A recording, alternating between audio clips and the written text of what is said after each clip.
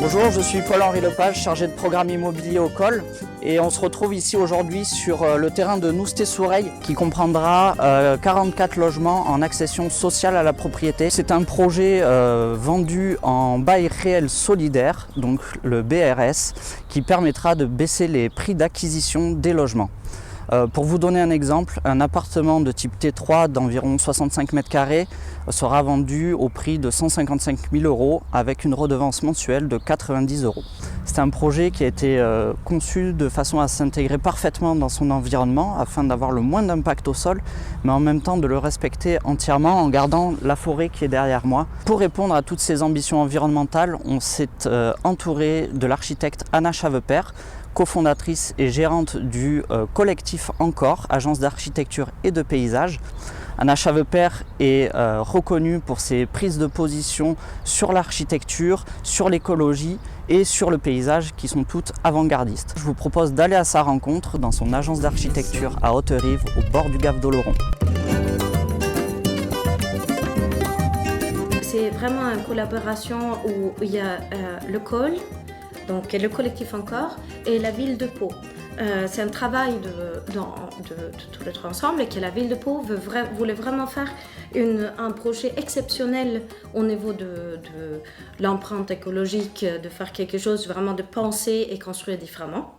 Pour la ville de Pau, l'objectif de ce dernier lot du lotissement Noustet-Soureil était d'avoir un programme à destination de logement qui soit exemplaire au niveau environnemental et qui soit aussi innovant avec des techniques de construction bas carbone et peu consommateur en énergie. Le projet du COL nous a semblé le meilleur dans cet appel à projet. C'est celui qui a mis le plus en avant le choix de matériaux biosourcés. Il a tenu compte de l'insertion du projet dans le paysage. C'était aussi un projet à échelle humaine qui, par sa taille, tient compte de la qualité de vie. Il avait peu d'impact sur le sol et tenait compte du confort des logements, que ce soit aussi bien l'hiver que l'été.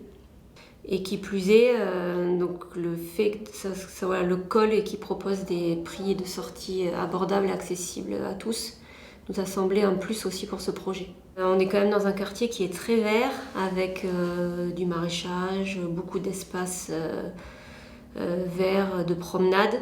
Donc c'est vraiment un projet qui est en accord avec le ton du quartier, on va dire. Pour nous, c'était complètement évident de ne pas détruire la forêt. Cette forêt, il sait faire encore plus de choses qu'un bâtiment.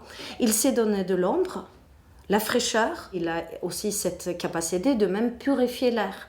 Pour le COL, de penser que je construis d'habitat, je construis aussi la ville. Et je construis le monde. Et c'est notre responsabilité de penser de comment on s'organise, comment on organise nos habitats, comment on organise nos constructions dans la ville. C'est ça aussi qui va faire qu'on peut créer un monde différent.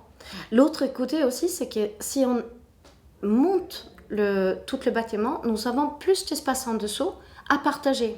On crée une ville où on peut encore entendre les oiseaux chanter, on peut cueillir une pomme en rentrant de l'école, on peut rencontrer quelqu'un par hasard qui est sur un banc.